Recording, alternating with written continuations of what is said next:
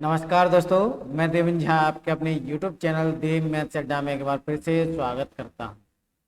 तो देखिए, मैं एक कुछ जानकारी देना चाह रहा हूं आपको यूपीट्रिपलएससी पैट से रिलेटेड, क्योंकि जब लेखपाल की परीक्षा हुई थी तो उसमें कुछ एक प्रश्न आया था जो सभी बच्चे, ज़्यादातर बच्चे, सभी तो नहीं कह रहा मैं, ज़्यादातर बच्चे गलत लगा के आए थे। ठीक है, तुक्का लगा के आए थे।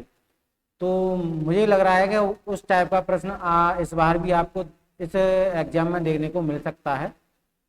ठीक है, तो हम उसी प्रश्न को डिस्कस करेंगे, क्योंकि वो प्रश्न ग्राफ से संबंधित था। क्योंकि ग्राफ के ये प्रश्न यूपीट्रिपलएससी पैट 2022 में पूछे जा रहे हैं 15-16 तारीख को।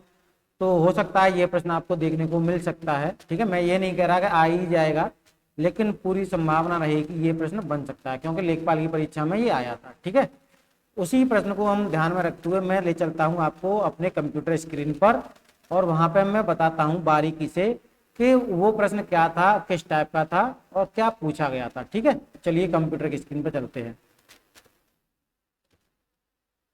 तो देखिए, कंप्यूटर की स्क्रीन पर हम आ चुके हैं, और यहाँ आपको मैं बता दूं, देखिए मैंने लिख रखा भी है कि ये जो प्रश्न आया था लेखपाल की परीक्षा में पूछा गया था। ठीक है, लेखपाल की परीक्षा में ये प्रश्न पूछा गया था, और ज़्यादातर बच्चे इसे गलत करके आए थे, यानी कुछ बच्चे सही करके आए थे। और ये हमारा मिशन रहेगा 15 और 16 अक्टूबर को ये प्रश्न अगर आता है तो गलत ना हो। ठीक है, तो आप देख लें इसे। तो ये जो प्रश्न था ग्राफ से संबंधित प्रश्न था। ठीक है, ग्राफ के नाम क्या क्या होते हैं, किस ग्राफ को क्या क्या कहा जाता है, लेखपाल की परीक्षा में यही प्रश्न पूछा गया था। तो ये प्रश्न देखिए आता है, तो ये इस टाइप के आपको ग्राफ मिल जाते हैं। ये लाइनिंग है, ठीक है, ये लाइनिंग है, तो इसे बोलते हैं हम रेखा चित्र। क्या बोलते हैं भैया? इसे रेखा चित्र या इंग्लिश में लाइन ग्राफ। तो ये प्रश्न देखिए, इसमें तो कोई दिक्कत नहीं है। दिक्कत वाली बात आपको मिलेगी आयत चित्र और दंडारेख में, वहीं पे आपको कंफ्यूजन होगी। वही कंफ्यूजन मुझे दूर करनी है आपकी। ठीक है, तो इस टाइप का यदि प्रश्न पूछा जाता है कि दिए गए आरेख को क्या कहते हैं, या दिए गए ग्राफ को किस नाम से जाना जाता है, तो आपको ध्यान रखना है रेखा चित्र कहा जाएगा, या इंग्लिश में लाइन ग्राफ के नाम से जानते हैं। अच्छा, ये अगला है, इससे तो सभी लोग वाकिफ होंगे। कोई यहाँ पे ऐसा बंदा नहीं होगा जिसको इसके बारे में नहीं पता हो। इसे पाई चार्ट के नाम से जाना जाता है। ठीक है, और इंग्लिश और हिंदी दोनों में इसे पाई चार्ट के नाम से ही जाना जाता है। यहाँ पे थोड़ा सा अंतर रहता है, जैसे यहाँ पे ये संख्याएं डिग्री में दी है, कभी कभी प्रतिशतता में दी होती है। ठीक है, कभी कभी प्रतिशतता में दी होती है। ठीक, अब सबसे ज्यादा जो कंफ्यूजन वाली बात है यहाँ पे है, आयत चित्र और दंडारेख दोनों एक जैसे होते हैं, मिलते जुलते होते हैं। ठीक है, तो इसमें आप थोड़ा सा देख लें। ठीक है, यहाँ पे आपको मैं बारीकी से बता रहा हूँ, क्योंकि सबसे ज्यादा कंफ्यूजन आपको यहीं पे होने वाली है। ठीक, तो देख लें, स्क्रीन पर चलते हैं, कंप्यूटर की स्क्रीन पर।